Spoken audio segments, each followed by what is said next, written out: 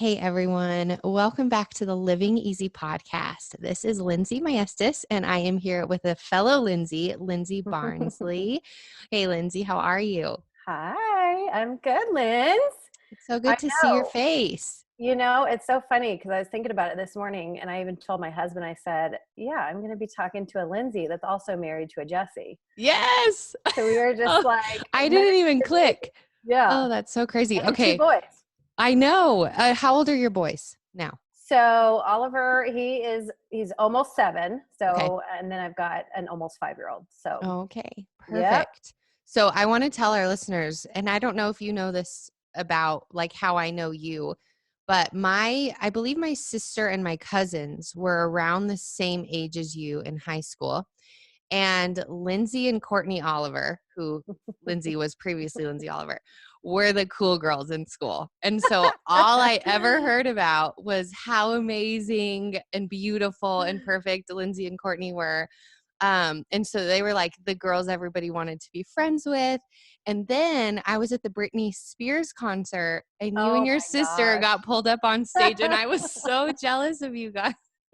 Well, that's hilarious because yes, we were entered into a contest to be able to get up on stage, and then they made me sing one of her songs, and I totally forgot the words. It was horrible. It was horrible.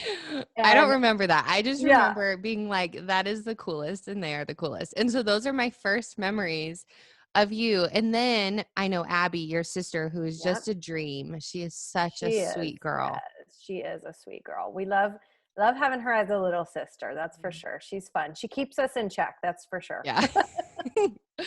Well, okay. So we're going to dive into this. Lindsey, and I'm going to let you tell your whole story, Lindsey. So for our listeners, that's kind of my heart with this is just the awareness. And I started Sparrows and Lily, I started my podcast because of this reason. Like, my heart is for women to not feel alone in their struggles. And when I first started Sparrows and Lily, I was on my couch, just defeated by postpartum anxiety and feeling completely alone. And I remember searching like constantly for posts that talked about what I was feeling and like not liking their baby and not wanting to touch their baby or hold their baby. And I couldn't find it anywhere. And so I figured, well, I'm going to just write it. And I've seen the same thing in you, Lindsey, like with you starting all of your blog and wanting to tell your story. And I just admire your bravery because I know it's not an easy story to tell and to share with the entire world. I know I struggle personally with shame. Do you ever feel that? Or are you just free? Um, I struggled with it for a while. I feel like now I'm at a free place. That's So, awesome. but it's taken a lot to get there. Yeah. Yeah. Yeah. I think for me, it's the ability to share it and to hear other people being in that just loosens those bonds. Like Right. it brings the freedom when we're open with kind of what we've struggled with and what Jesus has helped us to overcome. And so let's begin. Postpartum psychosis. I did a little digging and I'm going to let you kind of share your knowledge on it. But postpartum psychosis is a rare illness with, tell me if this is different than what you know, Linz, but Okay. it is compared to the rates of postpartum depression or anxiety and occurs in 1 to 2 out of every 1,000 deliveries, or approximately 0.1 to 0.2% of births. And the onset is usually within the first 2 weeks of postpartum, and it includes delusions, hallucinations, feeling irritated, hyperactivity, paranoia, rapid mood swings, etc. Does that sound about right? Absolutely. And that's exactly the numbers that I was going to give you. Okay. It is, I think, the big word in there is it's rare. Yeah. But however, that being said, I feel like those numbers are only the reported cases. And I Mm-hmm. feel like there's so many moms out there that don't even know they have it. With even just my friend circle, there's several moms that have told me that they, you know, had hallucinations. They saw things on their children's faces that weren't actually there. And so whether it be a full blown out, you know, 10 level type thing that I went through, or Yeah. a little bit more of a minor situation, I think maybe those numbers are a little higher. but that's just my personal opinion. But it's a very hard thing to diagnose because, like you'll see when I kind of get into my story, I didn't know anything was wrong with me, and nobody did. And so it's not, when you're in the psychosis part of it, you're seeing things, and you might not be telling anybody about it, Right. but, or you might be hearing things, but you're in this world of, you think everything is right. And so that's the scary part of it, that can sometimes be undiagnosed because Because you believe it to be actually true. absolutely. Well, and Absolutely. when you mention it's not reported, I think that is what I read with postpartum depression and anxiety is the same thing, that they're saying, I saw it. 70 to 80% of women at a minimum will experience baby blues. And the reported rate of clinical postpartum depression among new moms is between 10 to 20%. And that 1 in 7 typically experience anxiety. But because it's so complex, especially anxiety, Hmm. moms don't share it. And I didn't even know. I honestly, Linz, I thought I was just a horrible mom, like Yeah. that didn't like her kid and didn't want to hold her baby. And until a friend, I sat at the dinner table probably 4 months or 5 months into this and was like, I just want to run in front of a bus. Like, I don't know what's wrong with me. I feel like when I put Sutton in his car seat that I'm going to break his bones and I feel like I can't breathe. And anytime Jesse would tell me that he had to leave for work because he was able to stay home with me for a long time, I would just break down in tears. I couldn't Mhm. sleep. And I was like, I'm just afraid of my kid. I'm a horrible mom. And so I never reported it. I never Yeah. talked about it. And I'm sure that's so common for so many moms. And that's just my heart with this Yeah. interview, is to just remind people, like, it's okay to talk about these things. And I think that we've come to a place where it's much more widely discussed. Hmm. But like you're saying with yours, I mean, I've never heard of this except for your story. So Right. let's jump in. Like, what is postpartum psychosis? What was your experience? So, and before I start, I just wanted to hit on a little something too. I feel like, Sure. um, you know, there's so much education when, like prenatal education, right? You have all these doctor visits, these ultrasounds, what to take, you're on Yeah. prenatal vitamins, you all this stuff about how to take care of your body and the baby when you're pregnant. And then, of course, you're taken care of during the hospital. And then you're like, you're left to Good luck. go. It's, see you later. Good luck. Yeah. And there's not really a lot out there about what can happen. Of course, we've all heard of postpartum depression and anxiety, and really rarely we hear about psychosis, but there's not a lot of education out there going into it, knowing, and even if it's, the mom and dad together taking classes to learn about this stuff, I think that would be super helpful because, Hmm. not always does the mom recognize that she's going through this. Right. So even if the dad has the knowledge of what these things entail, maybe he can see enough to say, something's going on. We need to contact her doctor, Man, you that's know? so true. Even just a conversation before you leave, like as Absolutely. something as small as something like that, just having the ability to say, hey, this is something that happens often. These are the symptoms, these are the signs. Let us know. I think that would bring so much freedom and understanding to women and men. But I love that idea. I think that's Yeah. especially informing the husbands. I think that would have been, at least in our case, very Yeah, helpful. absolutely. Yeah, there just needs to be more talk about it, and I applaud you for shedding light on this too, Lens, because that has become one of my main missions ever since this has happened to me. Even if it's at church, sharing my story, or on my Instagram or on my blog, Yeah. it's something so important to talk to, because if it does happen, even if it's a friend that knows somebody that's going through it, they can say, oh, I know this person that went through it. Let me give you her number. Yes. That's huge, Mhm. and I'll go into that later too, how that helped me. So, Yeah.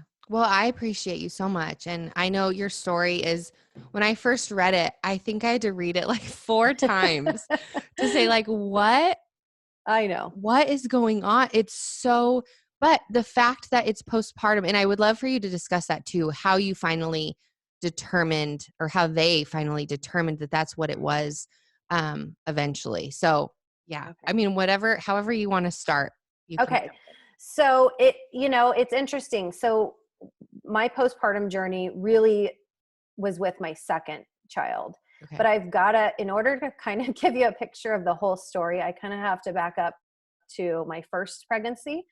And so we had just moved from Albuquerque. Sorry. Oh, it's okay. We had just moved from Albuquerque to Scottsdale, Arizona.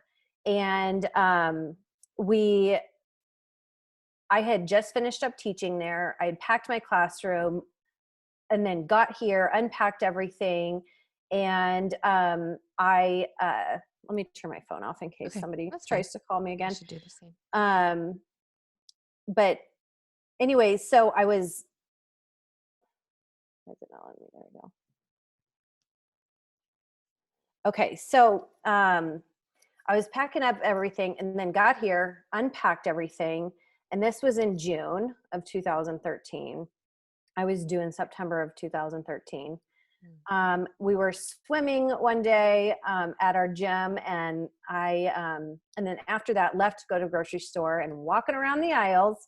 It's kind of like one of those stories you hear. I felt like I had peed a little bit. Yeah. Yes. And I was like, well, that's weird. Like, I really don't think I did. But, and so I went to the restroom and then I couldn't go anymore. So I came back and told my husband, like, it's really weird. And so we went home. He was like, why don't you just call your doctor, see what he thinks? Yeah. And so I did. And my doctor said, it doesn't sound like your water ruptured, but why don't you go into the hospital just to make sure? And so of course I've got, wet hair, no bags packed, because this is 2 months before my due date. Right. And I'm like, this is, I'm surely going to be coming home. Yeah. And so get to the hospital and go to triage. They check. And I'll never forget, the nurse comes back and she just goes, you're going to be staying here until you deliver this baby. Oh my gosh. And yeah. And I was like, there's no way. Like, I can't have a baby right now. I mean, I've still got so much time to go.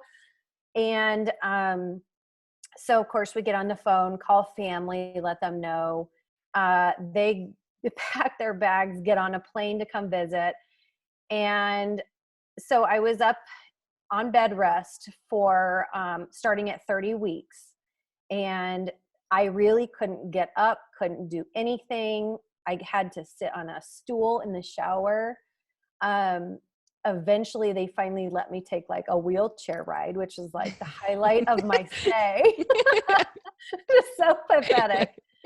That's a But long time though to be yeah, stuck in a hospital pregnant. yes, it Yeah. was. And not to, I mean, you couldn't get up and walk around. It was, you had to keep that baby in Yeah. because, and it was like, it was a slow leak. So I was, constantly drinking lots of water and pumped full of antibiotics, given steroid shots to help the baby's lungs develop quicker. And so then around maybe 31 weeks, the neonatologist, the doctor came in and said, we're, you're going to have a premature baby. And, we want you to come, take a tour of the NICU and see how it is down there. And, we're just going to have to assess. We're obviously going to be monitoring everything. And my heart just stopped because it's like, here you are as a first-time mom, and you've got this whole plan for your life Yeah. and your babies. And then you think, what's going to be wrong? What's going to happen? Is he going to be okay? My mind was thinking, is he going to survive? How little is he going to be? And so went down to the NICU, toured it. And of course, you know, no parent wants to open those doors Mhm. because in your mind, you're thinking that's where all the sick babies go. And so, anyways, so at 32 weeks is when they can do a lung maturity test. Yeah. So they did that, and Oliver's lungs were mature. So they weighed out, instead of risking infection, they wanted to deliver the baby. So they started me on Pitocin. I labored all that night, and they would kind of come in, flip me around, you know, saying his heart rate was down, and but no reason for it. And so I'm thinking, like, could this really like get any worse? And It's like, so this is not how it's supposed to be. exactly. And Yeah. I think that's what I actually named this kind of chapter on my blog, is it's not supposed to be this way. Yeah. Because it's everything kind of in your mind that goes wrong. Mhm. But so anyways, and it ended up being that they weren't going to let me deliver him, you know, naturally. And so they basically called my doctor and said, you got to get here. The baby's heart rate keeps going down. So we're, you know, setting up an emergency C-section. Mhm. So there we went. There was, you know, probably 10 to 12 doctors in the room. And then, you know, they whisked him away right away to the NICU. I barely got to say hi to him. My husband, Jesse, followed him with, you know, the doctors. And of course, you know, as mom, you're just left there to be sewn back up and all Alone. Yeah. alone. And you have no idea what's going on with your baby. And then you're taking recovery. And so after that, they finally wheeled my bed over to go see him in the NICU. And, you know, it was such a shock to me because he had this IV sticking straight out of his head. And Oh. I'm like, why is it there? You Yeah. know, Yeah. could it be in any more Take it of like off. a crazy yeah. And I guess he was trying to rip it out. And so Oh. anyways, that story, we were there for 5 weeks. And it was me trying to, you know, go back and forth, trying to recover from my C-section, but trying to walk down the hall to the NICU to go visit him, pumping because he was so small that they had to put a nose tube, like a feeding tube in his nose. And so, you know, I feel, looking back on that, it was like I just powered through it. I I didn't realize how much that affected me Yeah. until after. Mhm. And so that was kind of the story with Oliver. So when we got pregnant with Branson, they started doing progesterone shots, and I believe it was I think it was at 16 weeks is when I had to write some of these things down to remember. But 16 weeks, I did progesterone shots, and I'd have to go in every week. And that was basically said to be kind of a way just to prevent some of the preterm labor if I were going to have it again. Um, so I was like, well, yeah, of course I'm going to do anything that you suggest, you know, I do, because I don't want to have another premature baby. Yeah. And so starting at 22 weeks, they do a fetal fibronectin test. And that goes until 35 weeks. And that is done every week as well to determine if you are going to go into labor within 7 to 10 days. And so between all of that and then managing my 2-year-old, you know, it's like, oh my gosh, please let's not have this happen, you know? And so I remember the nurse calling me one week. It was about 30 weeks, which is exactly when I was on bed rest with Oliver. And she said, your test came back positive and you're going to have to go on bed rest. And I was like, there's no way. Absolutely. I mean, what? Yeah. How can we be doing this again? You know? And what is wrong with my body? I kept Mhm. thinking, what is wrong with my body that I cannot keep these babies like they're supposed to be, And so a lot of blame and a lot of Yeah. shame there. But after that, they did another test. I don't, I don't really understand the whole science behind all this, but the next week I did it, it came back negative. So I was still very cautious, but still late. A lot of fam came in. Hey, Linz, hold on one second. My internet is being funky. It just started splotching. I'm going to try to do hotspot real quick. Okay. I'm going to freeze out for a sec. Sorry. No, you're good.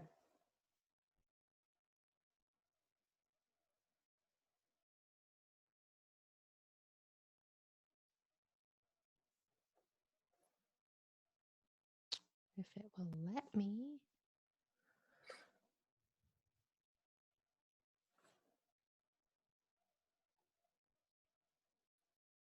Is the lighting okay here? Yeah, you're Is good. it fine? Okay. Yeah, I have a big bright light. I know. You look so good. Oh, thank you. It's my job, so I I've love hooked it. myself up. I don't know why I won't find my phone. Oh, there it is. Okay. Hold on one second. Okay. So basically when I was told the news of that I had to go on bed rest, the next week, my test came back negative. So even though it was negative, I was still being cautious with, what I was doing because I did not want to be in that hospital early again. Yeah. And then I had a scheduled C-section at 39 weeks. That came up. It was like the best day of my life because I'd made it. Yeah. And so I got to, go in there like a raggedy mom, like pull hair. And so I got to take a shower, go in, had my C-section at the right time. And it was like a dream to me because, I have this plump baby. I don't have to go to the NICU. And it was just, it was how it was supposed to be in my mind. And so we left the hospital. Everything was great. I almost felt afterwards that like, wow, that was too easy. And Mm. so when we came home, I also felt the same way. Like, this is easy. Wow, it's not that hard of a transition yet from 1 to 2. And I think that's kind of where my big story happens, is that I felt so good. Yeah. And that's kind of one of the things that postpartum psychosis starts with. And It's so, like a heightened sense of happiness. yeah, you're almost like on a high, Yeah. like everything is right in the world.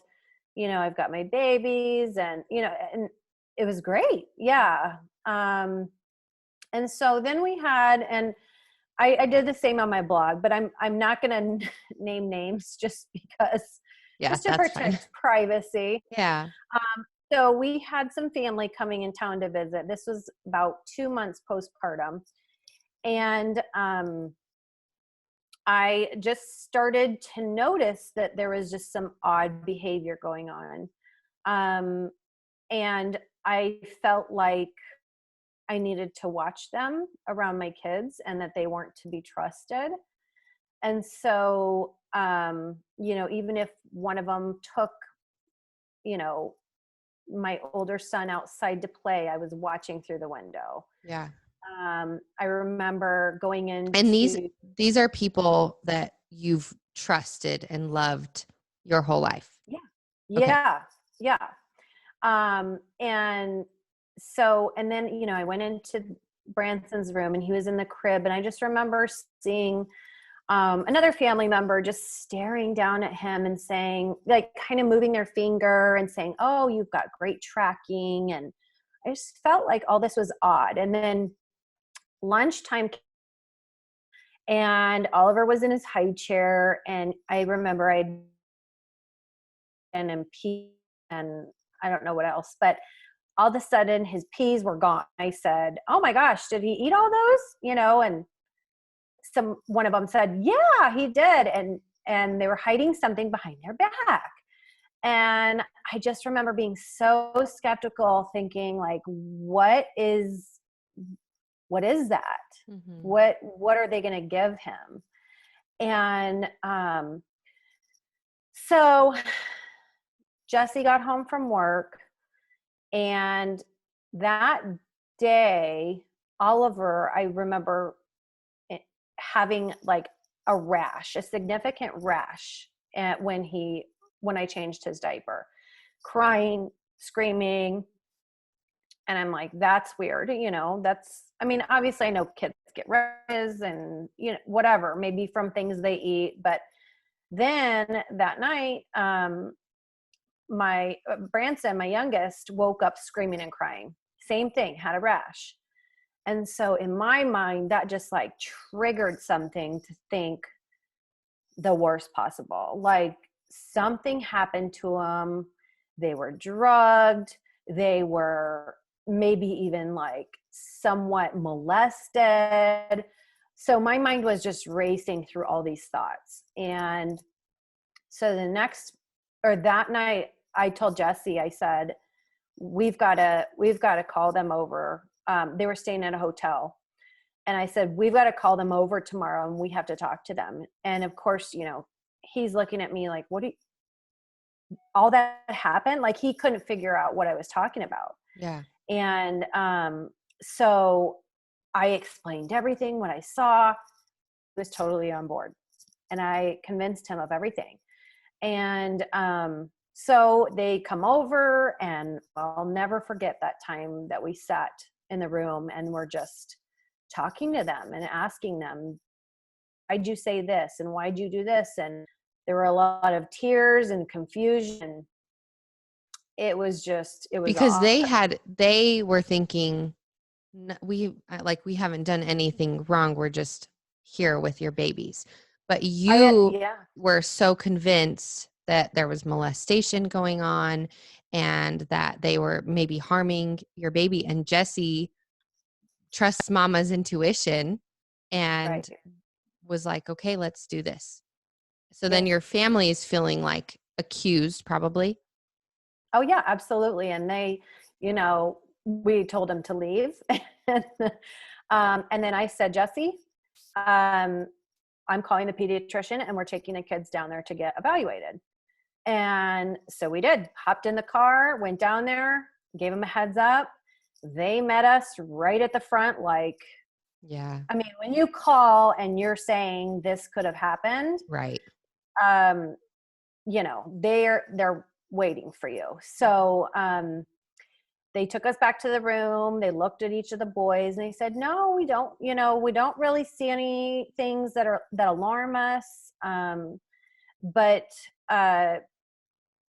and I said, well, I just don't understand, and, I said, I feel like they were drugged. And so that nurse just looked at me and she said, well, if you feel they were drugged, then I would just go get a urine sample done at the lab. So of course I'm like, let's go, And what made you think that they were drugged, aside from obviously everything that's going on? But were there symptoms of feeling like they were drugged, or you just thought because they had something behind their back that was Yeah. them drugging them? Oh, okay. I thought because they were secretive with whatever was behind their back. And then because they both had these horrible diaper rashes then sudden, and they were crying, I thought something was in their system. Yeah. And so, so then we go to the lab, get them, I think it was my 2-year-old specifically, how we got a 2-year-old to pee in a cup on demand is beyond me. Yeah, It that's was like God the or most something. difficult part. God helped us out in that situation because he must have known I needed that, just Yeah. as like proof. And so, of course, everything was fine. There was no drugs in their system. So we left and we came home. And then it's like, I'm just trying to figure this out all out in my head. Like, if none of happening? I mean, something's going on, Mm. but nothing is coming of this. So we get home, and I start feeling like I'm in a fog. I'm sweaty, hot, confused. Um, and I remember Jesse's just, and I was angry too, because I just felt like, something's not right. Mhm. And so I remember my best friend, Leslie, called me. And I don't know, I can't remember if my husband called her just to, let her know and maybe have her check on me. But she had called me, and I remember it being the most confusing conversation. And she was asking me what happened, and I told her, and she said, well, what do you think you should do? And I said, well, I just feel horrible. I feel like I was drugged now, and she was like, well, what do you think you should do? And I said, I think I should call 911. Mm. And so called 911, and the paramedics show up, the police, I mean, everybody. And I remember the guy coming in, one of the EMTs or a firefighter, I don't know who he was, but he asked me, what do you think happened? And I told him. And so of course they, checked me, took all my, my blood pressure, everything. And I had to basically consent that, I wanted to go to the hospital. So Oh, okay. I said, yeah, I do. I mean, something's wrong, Mm. And so they put me on a stretcher. I get in How is Jesse responding to this at this point? Is he like panicking? That's like a lot to take in in a short amount of I time. mean, I'm poor not guy. laughing at it. I just can't Yeah. even like fathom what he's feeling. Like my husband would be losing it. Oh, I'm sure he was, but I can't remember any of that. Yeah. I wasn't even paying attention to him. Yeah. I was like, mama bear about my kids. And then, then I'm thinking I got drugged. So I don't know if he was like just managing the kids at that point. Yeah. Because I think that's, I'm sure he probably tried to take them maybe into a different room or something, because everybody coming into the house, he didn't want to scare them. But so I hop in the ambulance, and I'll never forget driving to the hospital. We've got one pretty close to our house. And I was just looking out the back windows, and all I could hear was just this chatter, like just this jumbled mess that these paramedics were asking me questions, and it wasn't making sense. And I was just confused. And I remember seeing like out of the windows, like seeing like a barricade set up, Mm. and seeing my family's car like being stuck at it. Like, and in my mind, I thought, good, they caught him. Right. Mm. And so get to the hospital, and So looking back, sorry. So looking back, do you yeah. think those were hallucinations? Oh, absolutely. Okay. Yeah. Yeah. I mean, I think a lot of this was hallucinating, Okay.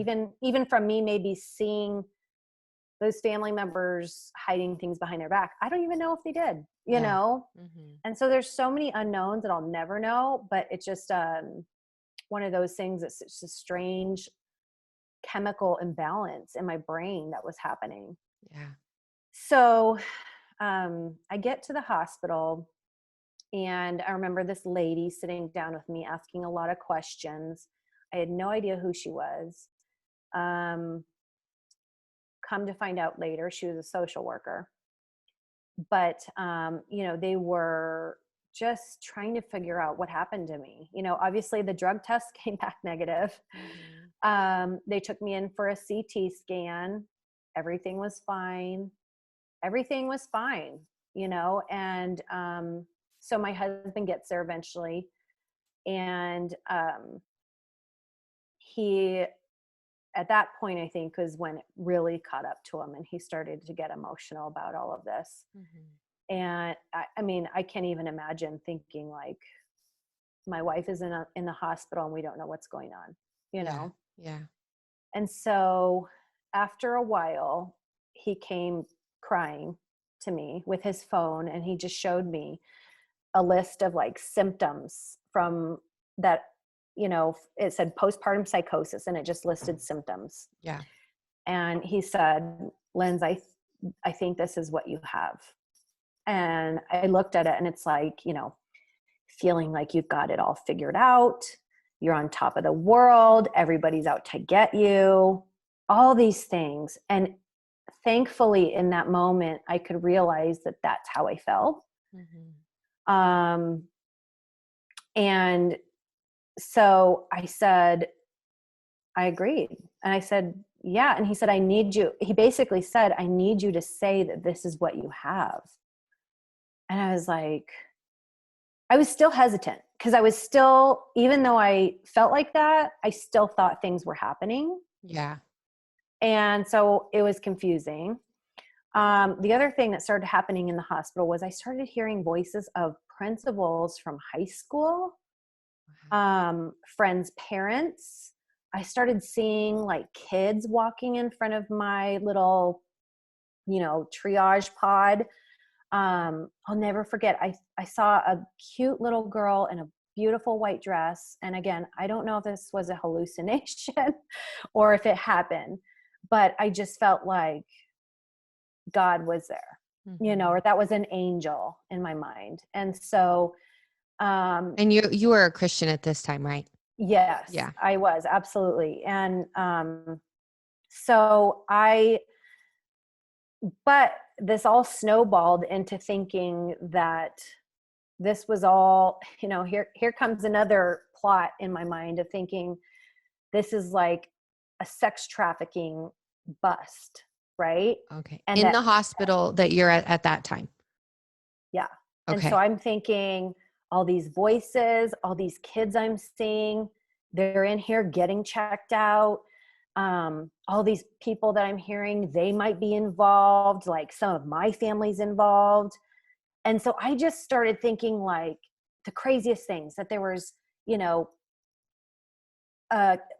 basically like a big tent set up outside the hospital that people were coming to. And it was like my thoughts would just not stop. So it was almost, and looking back on it, that was the paranoia.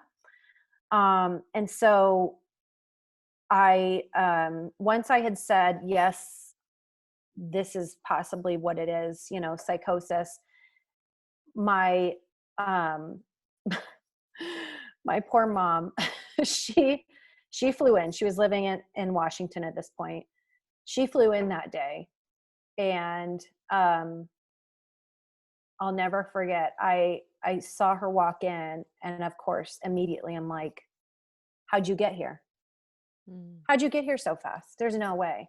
You must have like some secret house here that I don't know about. I mean, you roll your eyes, but like it was so real to you. It was so real. And so in the hospital, and you might be getting to this, but I thought this was interesting. Wasn't there a portion with the nurse and your husband that you were feeling concerned about? Oh yeah. So my husband works in the medical field, and he's at this hospital occasionally too, in surgeries. And so one of the nurses came by, and Jesse told me, he goes, oh, I know this nurse, Lindsey, like I worked with her. She's so nice. I just want you to meet her. And so I did. And she was just the sweetest thing. And then she goes, let me show you a picture of my son. And I was like, okay, and of course she's just trying to make me feel better. Cause even the nurses didn't know, even the nurses were looking at me like, how sad. Because they probably don't deal with this or experience it often. Did they say that? No. Did they tell you that they've never really seen that before? Not to me. No. Okay. I think at that point they were probably just letting me talk and knowing that what I was saying, I felt like was true. Yeah. But anyway, she shows me this picture of her son, and I thought it looked exactly like my husband. And I'm looking at it like, oh, so now my husband had an affair and has this child that I don't know about. So, I mean, it's like, And did one you thing tell after them another. that? Did you tell them that you thought that, or those were thoughts inside your head?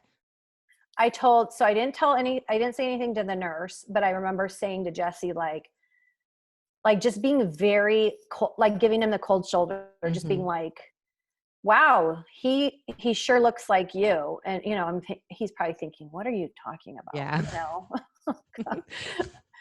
So at this point, a lot more family had come in to visit, and I got moved upstairs. I was there for 5 days, and I just remember thinking that hospital was like, they had cameras everywhere. They were checking in, checking out people. Everybody, again, I kept thinking that there was some big plot going on. And so I would watch my family. I'd watch them like leave the parking lot to just make sure that they were going where I thought they were going. And so I didn't trust anybody at this point. Yeah. And How scary for you to feel like all of this is happening and there's not one person that you can go to about it. yeah, not at all. It was so hard because a lot of it was internalized, Yeah. and I didn't want to let everybody know that I knew all That the you knew. secrets. Yeah. Yeah. Mm. And so I remember my doctor, my OBGYN came to visit me because my husband called him and said, because I had my 6-week checkup with him. And I remember going into him and, everything was great. I was on my high. Oh my gosh, thank you for everything. Thank you for, all that you've done for me. I mean, it was in his mind, it's like, oh wow, she's doing great, Yeah. and Well, then boom, right up. it's so interesting that you say that. And I don't think that I had this at all. But in comparison to Sutton, when I had so much anxiety, I felt very similar in that way with Saxon. Like everything was perfect and I couldn't stop smiling. And I was so just like exuberant and joyful. And my husband was like, why is this so different? So it's just Right. interesting to hear that because I was 1000% on top of the world with Saxon. And then with Sutton, it was just like the hardest thing. So anyway, that's just an interesting Yeah. thought. No, it's so true. It's, and it's weird how your body and your mind can work like that, Yes. Um, and obviously, like I mentioned earlier, it's definitely got to do with a chemical imbalance. And I remember thinking too, like, was all this because of the progesterone shots that I took? Was my body just overwhelmed with all these extra hormones? Mhm. Um, and I'll get to that in a minute because they kept calling it a perfect storm. And I never understood what they meant, even though in my mind I thought, yeah, it is a perfect storm because all these horrible people are going to be caught. Mhm. Right. So I thought it was a whole different meaning. So anyways, I was there. Obviously, when my doctor came to visit, he was so confused. He goes, Lindsey, I just saw you. What happened? And I'm looking at him like, I have no idea. I'm totally fine. Yeah, Yeah. what are you talking about? Oh, and so I come to find out they were waiting to have a bed open up at basically a behavioral health center or a psychiatric hospital. In order to see a psychiatrist, this is what my husband told me. In order to see a psychiatrist faster, I needed to have time at one of these places. And so I didn't know this at that time though. Mhm. So all I know was they were waiting for a bed to open up at a different hospital. And so I remember one day they came in, they said, we have a bed, it's in Chandler. And so I was like, well, great. In my mind, I'm thinking it's just another hospital. And so I get everything ready. They put me in another ambulance and I drive all the way from Scottsdale in an ambulance to Chandler. Again, it was so confusing and blurry and I was scared. And I just remember just taking a nap, just sleeping, and I was exhausted. My mind was just working overtime. And so when I got there, I remember checking it at the front desk and feeling like, wait, this isn't a normal hospital. They lied to me again. Yeah. So we were taken into this room. So it was just Jesse and me. We were taken into this room. Jesse had obviously, I guess, gone back to our house to pack up a few things for me to bring. I told him I wanted my Bible for sure. And then he obviously brought clothes and stuff. So we went into the room, and I remember this man, he had to look through every single thing and looked at my Bible and pulled out the ribbon, and he said, "You can't have this."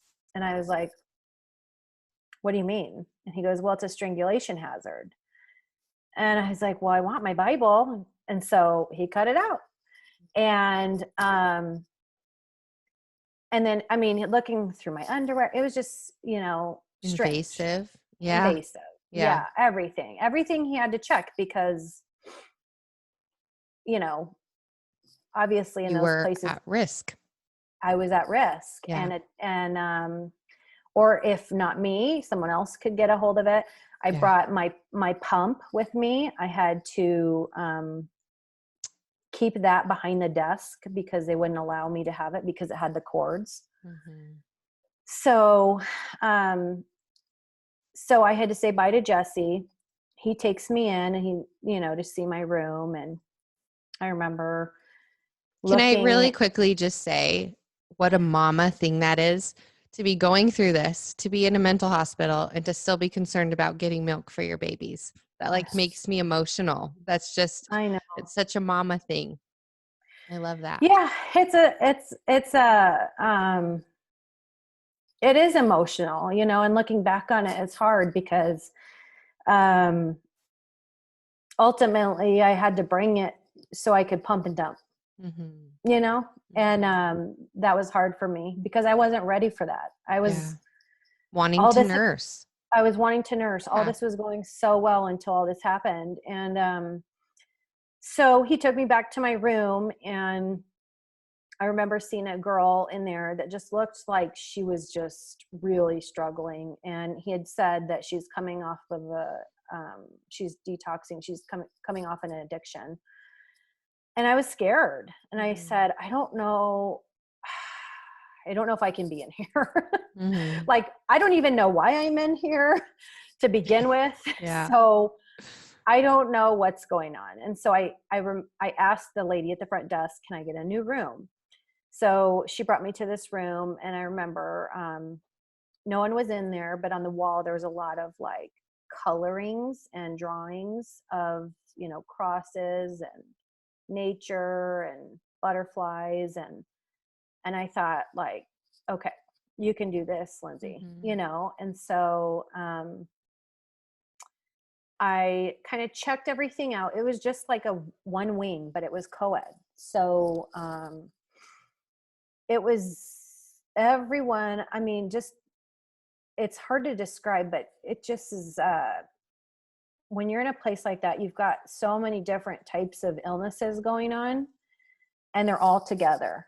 Mm-hmm. And so you've got, I'll never forget, this one guy came in after me, and he was so angry. He just came and just punched the walls. And I was right there. And so it scared me initially. Yeah. But I looked at him, and after he kind of calmed down a minute, I just said, "I'm Lindsey, what's your name?" And he started to calm down, and he told me that he played Division I basketball.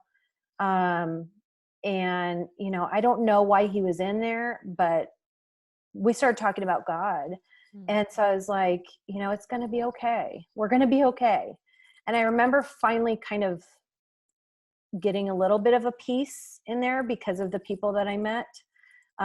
So my roommate ended up she was Native American, and she was homeless. And I guess she was picked up off the streets. She was abused. So going into it, you're not feeling, obviously Okay, let me gather my thoughts. So when you're in the hospital, you're in a place where you're realizing, okay, I'm in here for a reason, but I don't know why, type of thing. Like, I'm kind of here and I know I'm here. You're aware, you have the awareness of your surroundings, but everything is skewed. So was there like, would you say like a 50-50 balance of reality versus hallucinations and crazy thoughts? Or was it more crazy thoughts than reality? Not crazy, but Yeah. wild thoughts. Yeah. You know, Linz, it's so hard to know. I Yeah. don't know. I don't Oh, because know. you can't discern which is which. I Yeah. didn't. I'm not able to look back and say that actually happened. Mm. I feel like certain things actually happened, but I don't know for sure. And Yeah. so, you know, I mean, I know there's another mom in there. She had tried to commit suicide in front of her kids. Mm. And so she was in there. And so we had a lot to talk to each other about. There was a younger girl in there that just looked like she had been almost neglected. And so it was like she acted a lot younger than she really was. Mhm. Um, So a lot of hurting people. oh, a lot. Yeah. And I felt like in that type of place, the hardest thing for me was that all these people hurting, all these people struggling with different things, um, there wasn't a lot of compassion. Um, and I don't think I was wrong on that. Mhm. But the people that worked there I don't know if they were overwhelmed or understaffed or just there for a job, or they just had to be tough.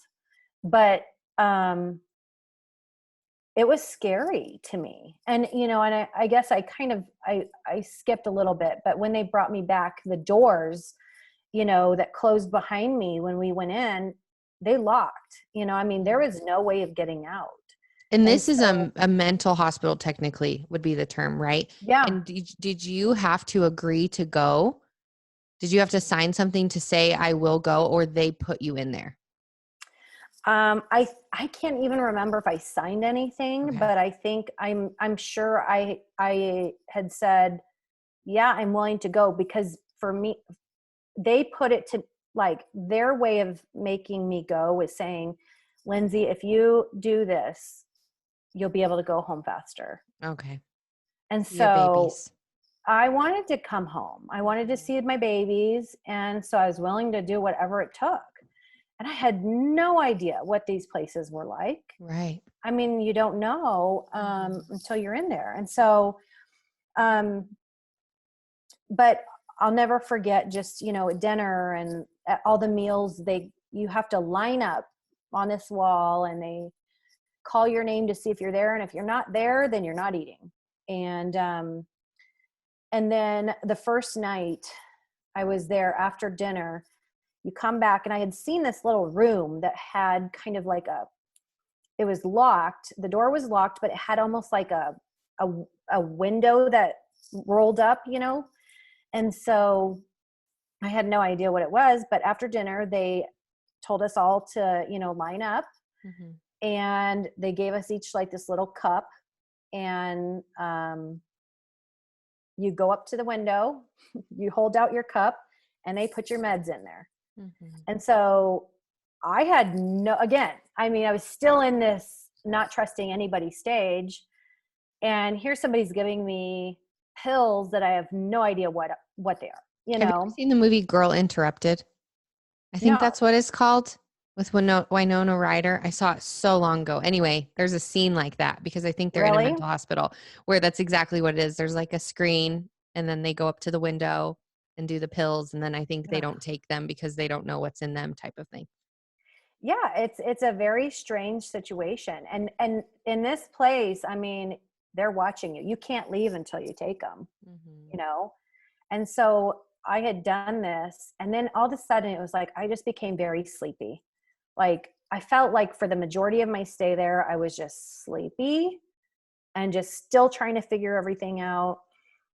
But and I'm sure it was the medication. And I Yeah. think towards the end, I finally got the nerves to ask, because I was nervous to question anything, Yeah. if that makes sense. I didn't know if they were going to do something else, if they were going to give me something else, or, at first I was thinking they were all terrorists. Mm-hmm. And then somehow came to the conclusion, I know, and on my blog, it kind of gives a play-by-play of all of this, but I had for some reason thought that this is where El Chapo was tunneling to. Who's El Chapo? He's the big drug lord from Okay. Mexico. Okay. And so that was like big news around that time. Okay. And so for some reason, I thought he was making his way over to us. So it went from when you were in the hospital, you thought it was a sex trafficking ring. And then you came to the mental hospital and you thought that the people in there, like the helpers and nurses, were terrorists, or all of the people? I thought that they were terrorists, like trying to, that they were all working for El Chapo, basically. Okay. That he was coming, and this is where, all these people were going to be, and he could be in here, And this started right when you got there, those thoughts? Yeah. Okay. Yeah. And I remember picking up the phone, because there's one phone in the hallway, and I remember calling Jesse, terrified, and just saying, you have to come get me. I mean, there are terrorists here, and he's crying and he's saying, I can't, and I didn't understand it at that point. It's like, how dare you leave me at a place like this? That's so scary, And, so, there was just a lot of uncertainty there. The only thing that we could really do was watch TV, color. I felt like I was a kid. Mm-hmm. I felt like I was a child. And I ended up coloring a lot because it was therapeutic for me. And that's probably why they had it in there. But there was not a lot going on. And I just remember thinking, how long is this going to be? How long am I going to be in here? And finally, I remember new people showed up at the hospital, and there were some younger people that had, I think it was ASU shirts on, and it was like a team of them. And I still don't know who they were at this point. I'm pretty sure that they were there as like doing observations. And there was one lady that was kind of in like an exercise outfit, workout outfit. And I just remember thinking, like, these people look normal. Like, there's hope, And that lady asked everybody on the floor, like, who wants to go play volleyball? And I remember just being overwhelmed with excitement to get out of that little hall and to go into this gym that I didn't even know existed, because they didn't even let us see it. And there was a couple other guys that went with us, and we just, got to play a little volleyball. And it was so therapeutic, because it's like, here you are kept in this little dungeon, you feel like, and to do something normal felt just so, you were just so relieved, Yeah. And then I think I was in there for 9 days. So I believe it was maybe like day 8 that they had let us know that doctors were going to come talk to us to see how we were doing. And so did you talk to doctors throughout this process, or that was the only time you saw a doctor? So they weren't evaluating you. Wow. And I remember one part of your story, and I may have this mixed, but with the El Chapo, you also felt like it was your job to save these people, right? And were you sharing that with others? Like, were you telling them, I'm here to save you, or what did that look like? So there's a couple different things that I came up with in there. I don't think I really mentioned the El Chapo thing to them. Okay. I also remember it was the time that the Pope was coming to the United States. So he was in Washington, D.C., and I remember everybody watching it on the news and in TV, on the TV. And so I remember thinking, yeah. So, like, that's when I started telling people that in my mind, I thought that El Chapo had made his way to the U.S. and that he disguised himself as the Pope. And now the Pope is in our country and he's getting closer. Wow. So, yeah. And so I remember telling even the people that, like, the students and the people that had come, my theory. And they were just looking at me like, oh, really? Like, huh, is that what you think? Yeah. And I believed it all. And, so I do remember feeling, the other thing I remember seeing too is I would take my Bible and I would just go read it by the door, like the end of the hall where there was like a window door.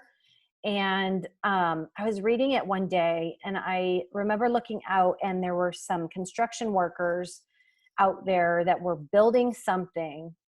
And I just remember thinking, like, those are the carpenters from the Bible.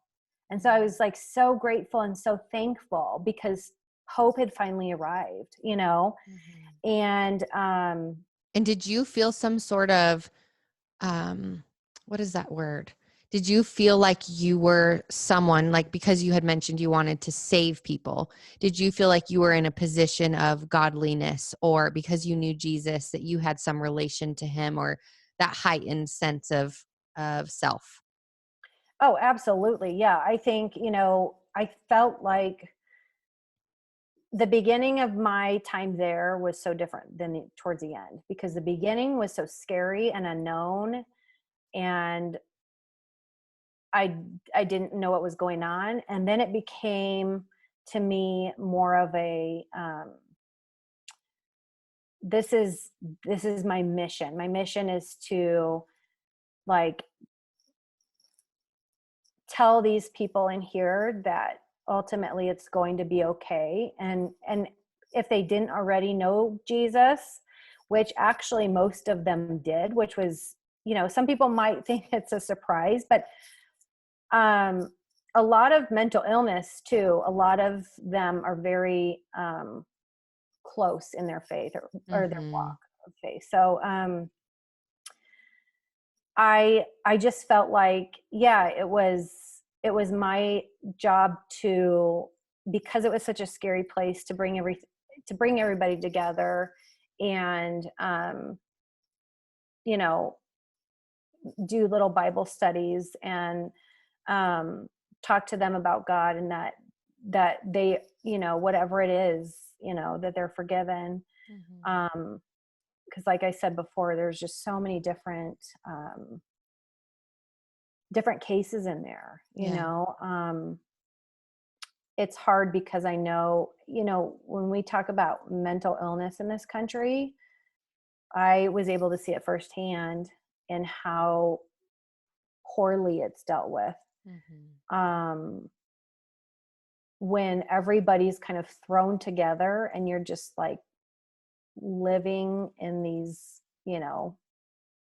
bedrooms with somebody else, and you see everybody else and what they're going through, and they're yelling, or they're, throwing up because they're still coming off of drugs, and Yeah. you see all this happening.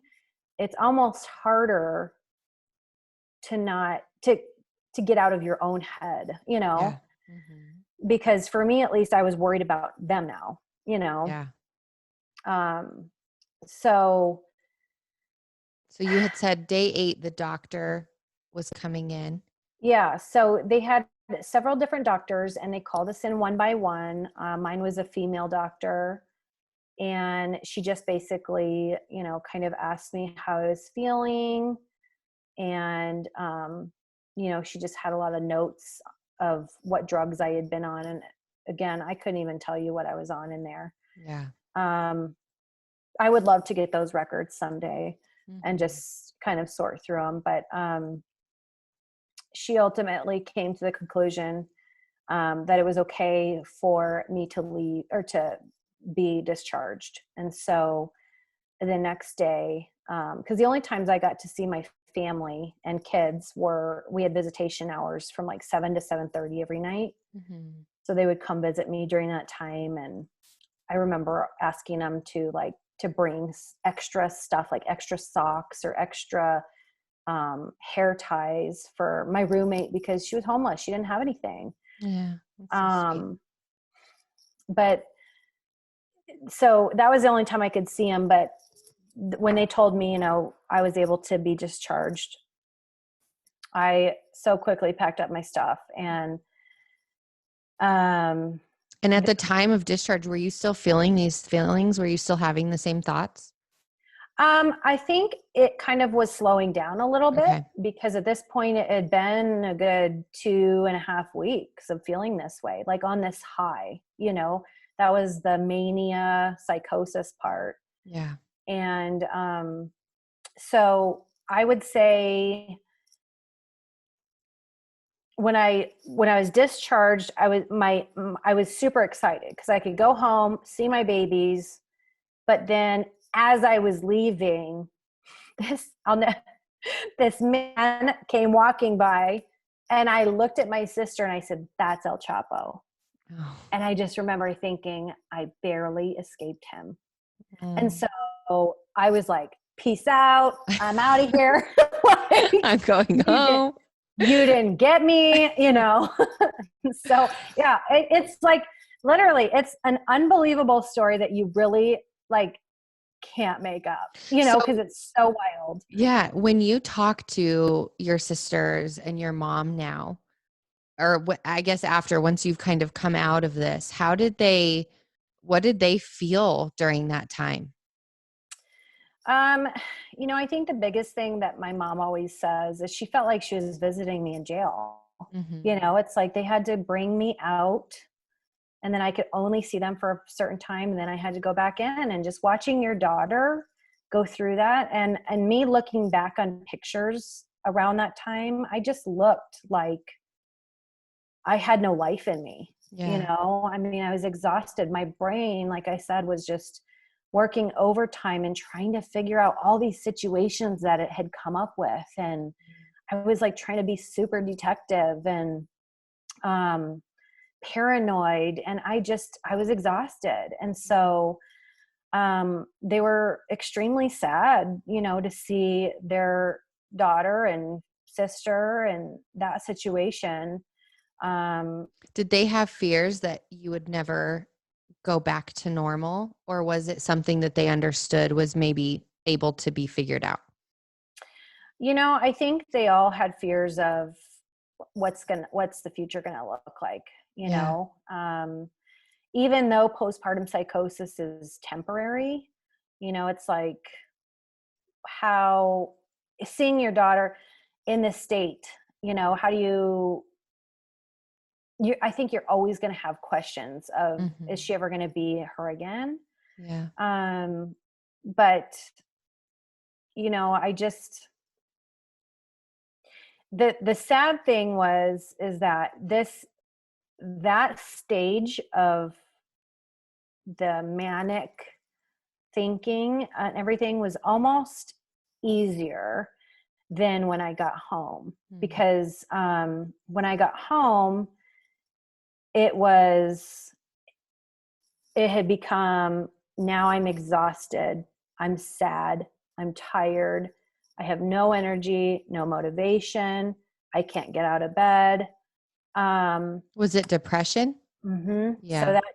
So all that, it's like basically that high came down Mm-hmm. to depression for that low. So I, was walking around the house just in a daze and slamming my fists on the counter and just saying, "Mom, I just wish my heart would stop." Mm-hmm. And I think that was ultimately the hardest part for her, was to hear her daughter say, I don't "This want to is be so here anymore." miserable that I Mm-hmm. don't even want to be here." And So when you came home, was there like an aha moment once all of the hallucinations and everything had passed? where you said, oh my gosh, I was there? Or was it kind of a tapering off where you just knew that it had happened and you were moving on? I would say it was more of a tapering off type thing, where I just had to come to grips, and I started doing a lot of my own research on all of this. And I obviously, once I got home, I saw my psychiatrist, and she put me on some pretty heavy doses of mood stabilizers, antidepressants, and then anxiety medicine, because I remember one time I went to lunch with my mom at a restaurant with no people in it. And I was so anxious, I couldn't even be there anymore.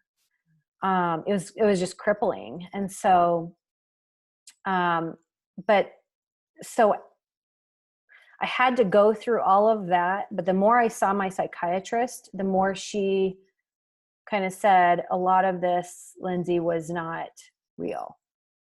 And so, it took a lot for me to understand, like, why would my brain just make all of this up? Yeah. And but she reassured me, I mean, she works with she has a couple other moms that she works with. One other mom, I guess, bless her heart, actually like ran naked across a golf course Oh my gosh. and is just mortified, Uh, and has never forgiven herself for it. And I feel like I came to a place in all of this where, because of my faith, like, I absolutely 100% had to forgive myself from all of this mhm. and the accusations I made against certain family members. Is that Um, all forgiven? it is. Okay. Yeah. And absolutely, I mean, everybody is probably closer than we ever were. Yeah. Because now that they know this exists too, That it had nothing to do with them. yeah, Yeah. exactly. Mhm. So, it just, it was quite the ride. Oh, and then the last part of this was all, after a couple weeks out after I got home, I got a knock on the door. No one else was home but me. And this man was outside, and he goes, "Hi, are you Lindsey?" And I said, "Yeah." He goes, "Well, hi, my name is so-and-so from Child Protective Services." Mm. And I'm like, of course I knew what that was, because I was a Yeah. teacher and I had to call them, but I'm thinking, why are you here?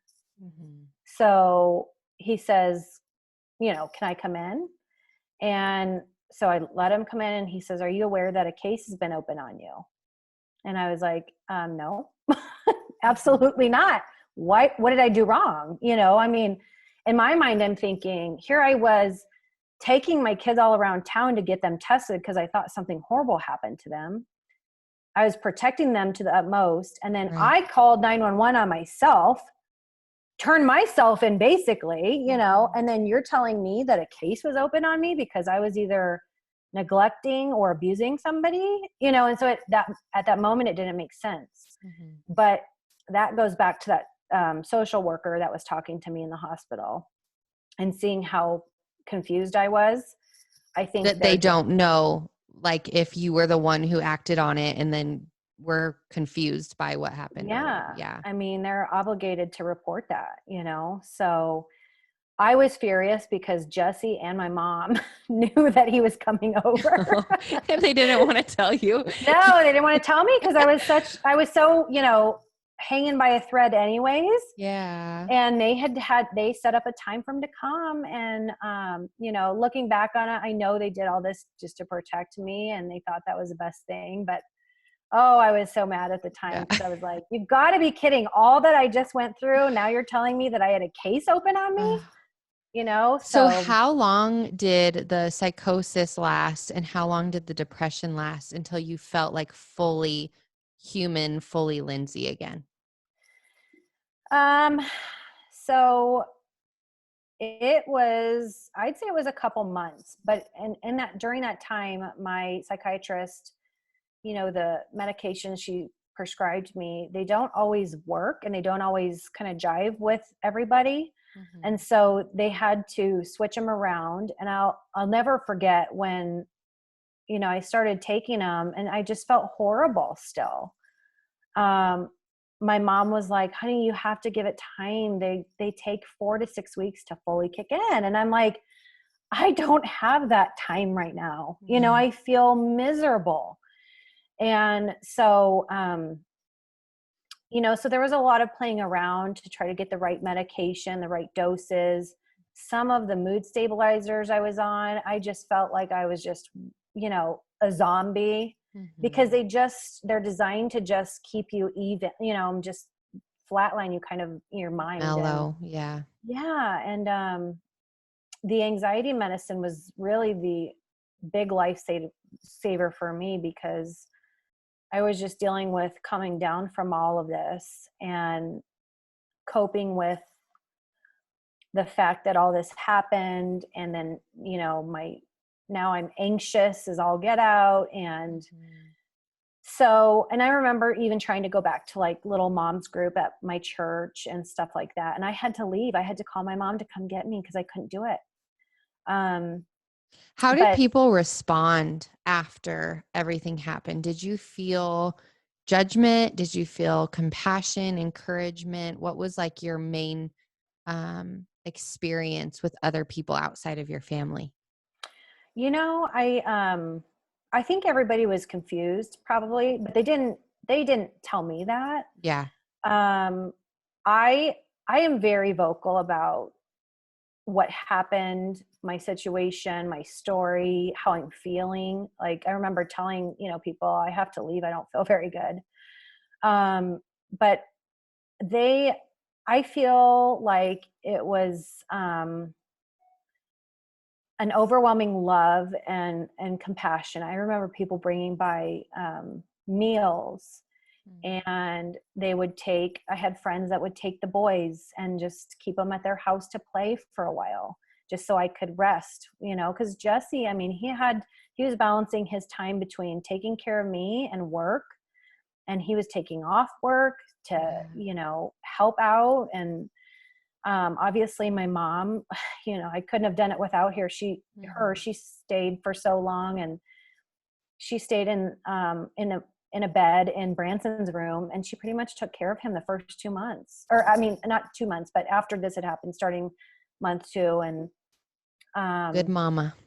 yeah, she was. And, there's a lot of good people out there. And I think, with all of this, it's made me realize just, how precious life really is. I think, sometimes you go through life and everything's going just, not perfectly, but great. And you think,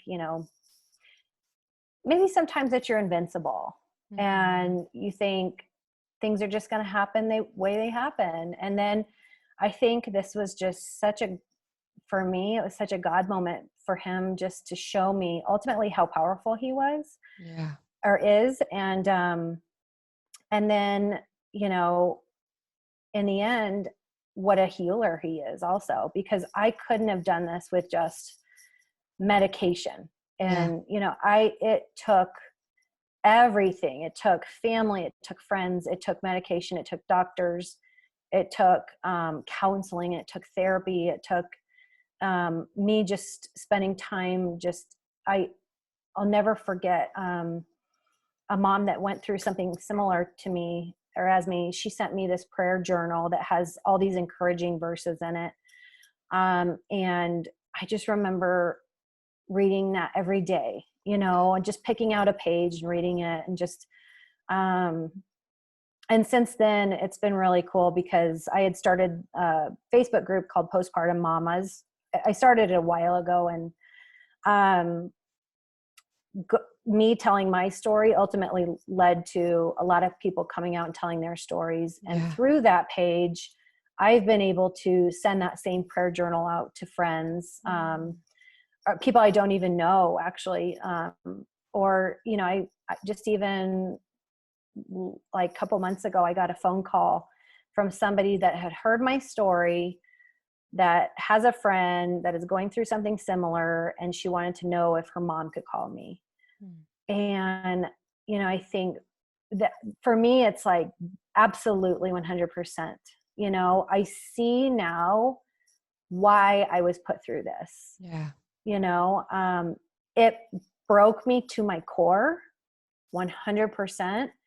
But then knowing that You can comfort others as God had comforted you, like the Bible absolutely, and says. Yeah. beauty comes from ashes, I mean, it was, I always call it like my beautiful mess, is just because it was just so messy and so crazy and just nothing I could have ever dreamed up. But it was, I think it was necessary to change me, and then ultimately, hopefully help others too. Yeah. And I See, remember that group, and I remember that being helpful for me. I think that was the first place I saw your story, was on yeah, that group, and someone had invited me. And then watching others kind of express what they had gone through was finally one of the pieces of awareness that I needed. And I love that you talk about so many aspects, Linz, because I just want moms, husbands to hear this. hmm, One, medicine, even though you're a Christian, is not the enemy. It can be massively helpful and beneficial. And I am the person where I was like, I don't want to get on anxiety medication. I don't know what it's going to do, but I regret so much not just trying it, because I think I would have had a lot more months with my son that I actually enjoyed him.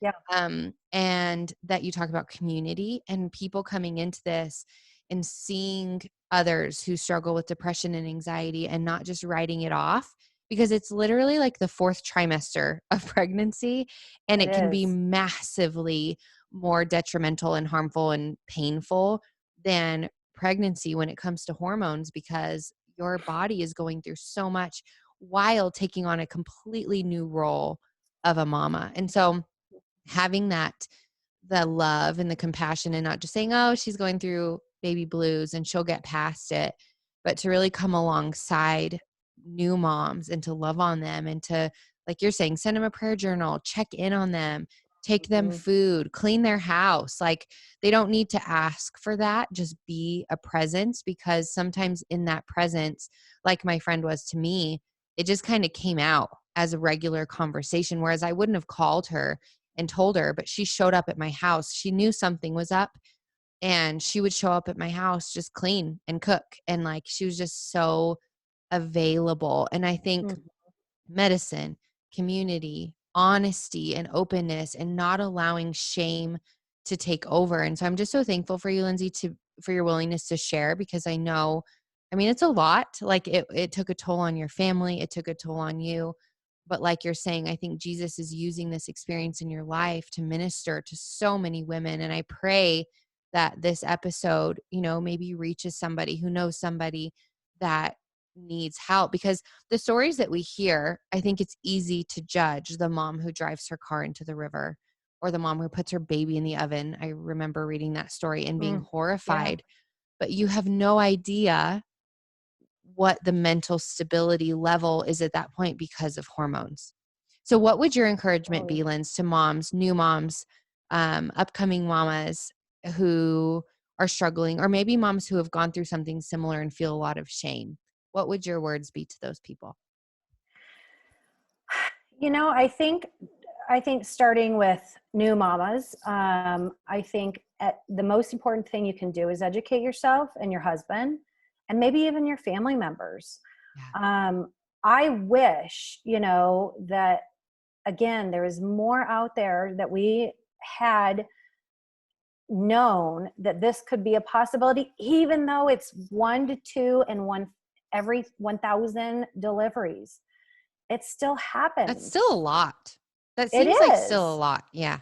Yeah. And like I said, I mean, there could be more than that. Hmm. But just educating yourself what could happen, the having your spouse be aware, because like my story, I didn't think anything was wrong with me. Hmm. So even okay, so we checked all of the boxes, right? We had a great delivery.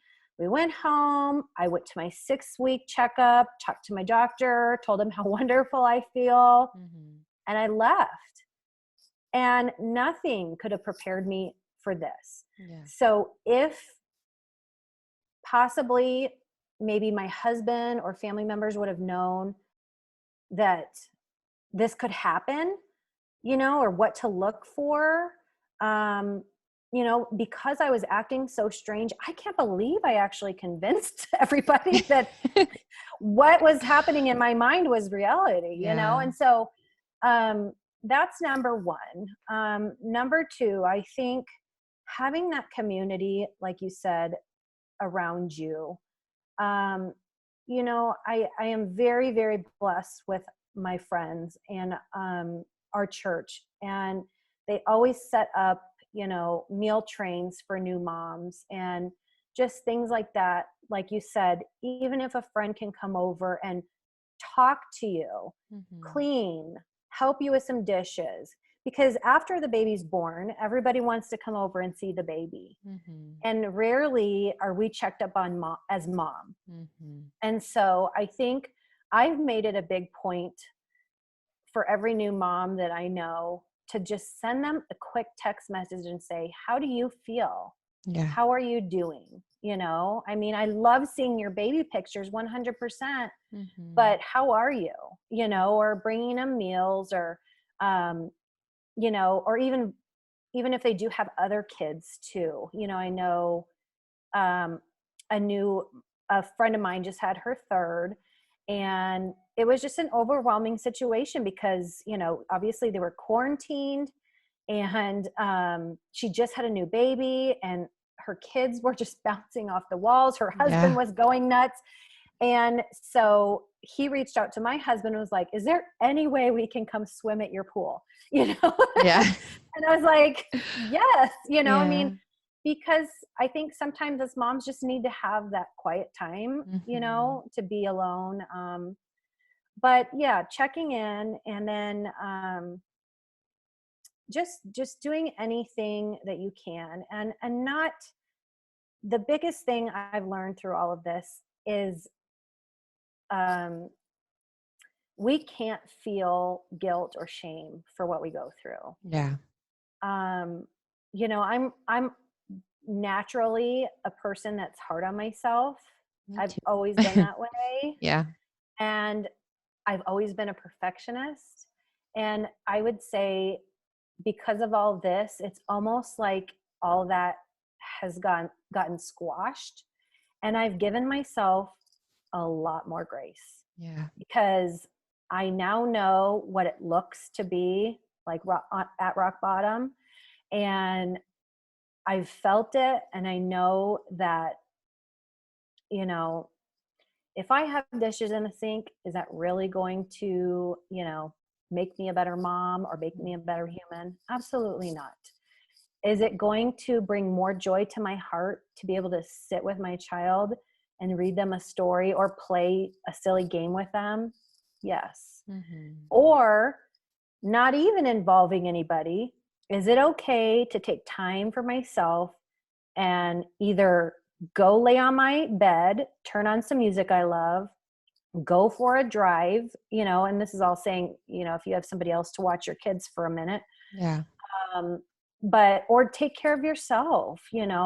Self-care is huge. I feel like, through all of this, being sent to different doctors, I've seen a naturopath, I've gone to different counselors, I've gone to so many things and people that have ultimately helped me recover and heal myself, and have let me know that it's okay. I mean, that trauma, that time frame that I went through, that doesn't define me Yeah. at all. And it's, what you do with it, I think, is the, important thing. And anything in life is, when we're given that sort of, trial, Mm-hmm. it's going to be hard. and it's going to be a huge interruption in our life and others around us. But if we can just, once, like I said, everything, and it takes time, but what we do with it is ultimately, what God wants us to be doing. Amen. Yeah. It's all for his glory. And I think it comes as a shock for people to hear me say that. Like even my own family, they asked me questions about it. And it's like, I wouldn't change it for anything, because as awful as it was, I became a much stronger person, and I became a lot closer to God because of this. Yeah.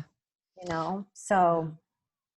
Well, thank you. That is so encouraging. And I just pray that the women listening to this, because even for me, like I mentioned, I think I still, when I think back to those days, feel that sense of shame and I guess remorse for not spending that time. And it was a few months that, I was obviously very much there, but mentally Yeah. I was not there with my son.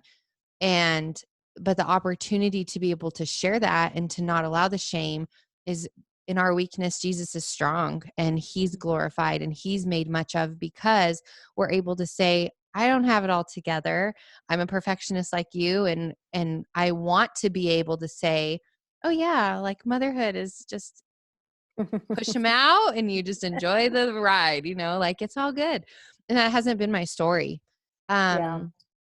And so I thank you so much for being brave and being open and allowing God to use you as just a voice for these women. And so, can you share where our listeners can find you and maybe more of your story if they want to read into it? Yeah. So I decided to kind of, everybody had been kind of pushing me a little bit to do more. And so I wasn't sure I wanted to, but, and in all honesty, during this quarantine, since I've become a new teacher, Yeah. I have not blogged since this happened. Understandably. Yes. Yeah. And that is okay. And like It I is. said, you got to give yourself some grace, Yes. and we'll pick up when I have more time. But my blog is loving and living with Lindsey.com. And I know it's a hard thing to say. No, it's perfect. I don't know why I All did the that to L's. myself, but all the No. L's. So, but on there, I just try to keep it positive. I try to do like a little motivational Monday. And then there's things on there, some recipes, some kid things, some stories. I put under there, it's like a 5-part series that I go and tell my story on there.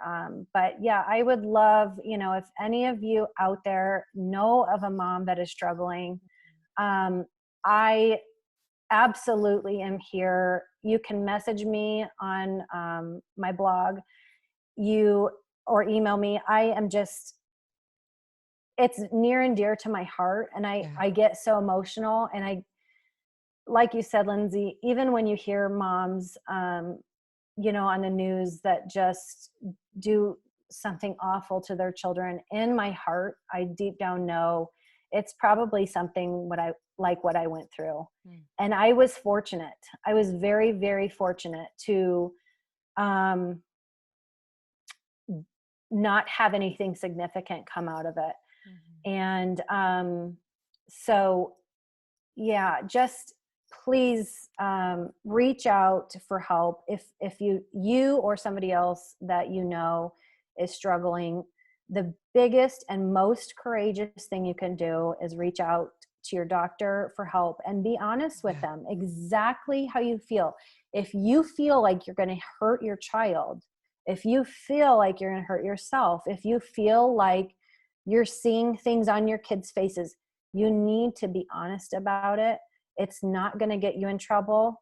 It's going to get you the help you need, quicker. And like you said, I think a lot of times these things some people ride them out for a while, and ultimately it ends up being okay, but you suffer, and the people in your life suffer because they do. And not that you're putting that on them, but that if you can have that awareness, like you said, from the beginning, to where you can all work through it together, and your spouse is knowing my wife isn't broken. Like my husband kind of thought I was broken for a while. Yeah. He had no idea what was wrong. And so he kind of withdrew because I was angry and frustrated and confused and emotional all the time. And he just thought, this is my new life, And Yeah. so there's that general understanding, and education of what it can be. And so then therefore your family is able to help rather than hurt at the same time. Right. Yeah. Absolutely. Because, and too, I think going with, and the family situation, they don't always know what's going to help. Yeah. I Yeah. know there's sometimes that people will comment, oh, you don't feel like that. And it's like, yes, I do, Yeah. you know, and they're trying to make it better, but it's not making it better. And so just, educating yourself in these situations, of just how to deal with these. And that's why I think usually going to the professionals is helpful. Or even if it's I'm pretty sure you need to probably see a doctor in order to be referred to a psychiatrist, and then ultimately from there, you go see a psychologist or a counselor to kind of help you deal with everything. But, I think we need to use these people, these experts, Yeah. that can help us so much, because even though it was a long journey afterwards, trying to figure out medications, I mean, thank goodness, Do I you still have to absolutely, take medication now? I do. I've been Okay. cut down a lot, Yeah. but, the option is, you know, there's a risk of, certain like manic episodes Mm, to come back. And so that is why I'm still on medication. And yeah. as much as I don't want to be, and as much as I was trying to convince my naturopath that I don't want to be, Yeah. Yeah. um, it's just, I had to think of it. I had to almost take myself out of the equation and Right. say, what is best for my family? Mhm. I want to be the best wife and mom and daughter and sister that I can be, and friend. And, I don't know what the future looks like, but as of now, I feel great. Yeah. And so it's kind of the same thing as like when people have to go on antidepressants. So I'm not on any of those anymore, but when people go on those, they start feeling better. Yeah. And then they say, I'm going to get off. And it's like, oh, no, I mean, Mhm. and maybe there's a time and place, but not all the time is it healthy to just decide to get off, Like cold turkey. because Yeah. those things can come back. Yeah. And never do it cold turkey, Yeah. because then you have side effects you don't want either. So Oh, yeah, that's good to know.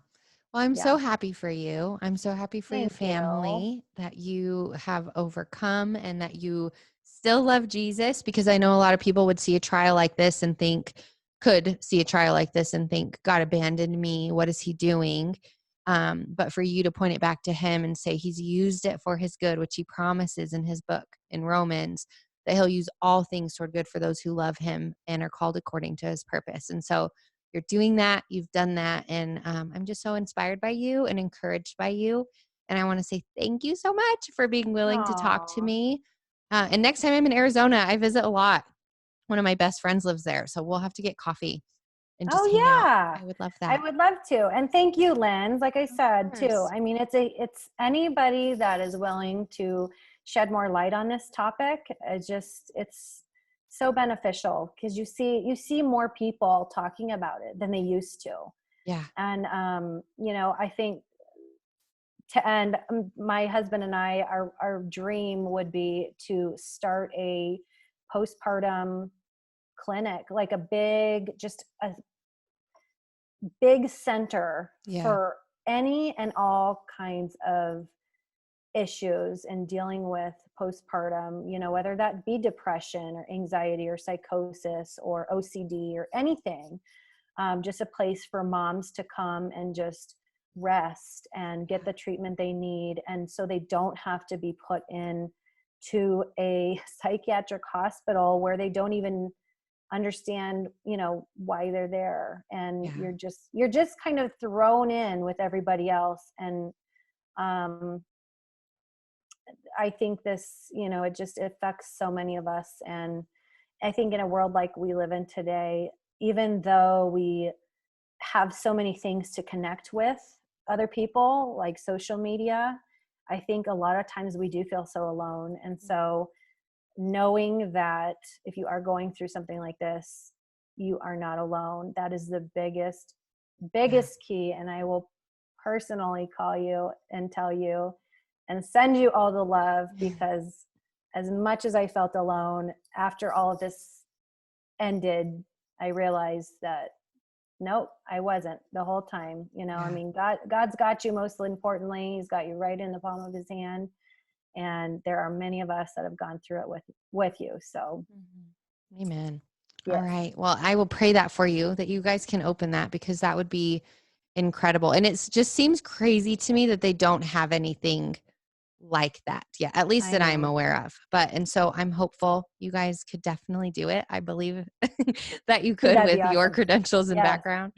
So anyway, well, thank you so much. And mamas, if you need help, if you need someone to talk to, feel free to write me. My Instagram is at lindsey.maestas, or I know that's hard to spell, or at Living Easy Podcast. And then you can write Lindsey on her blog or comment on, is your Instagram available for them to write you? yes. Okay. And what is your Instagram name? It's what is it? I was going to say You your caught, name, but you caught me because I just changed it. So I think it's just Loving with Lindsey, or loving Loving with, oh my word. And it's I turned okay. my phone I'll off. edit this. So, Hold on. okay. Yeah, it used to just be Lindsey Barnsley, but I changed. You better edit this, girl. I will. That's awesome. I don't pay attention to all that, Yeah, I just I know. get on. What is your name? I don't know. That's the Okay, let best. me see. Hold Okay. on.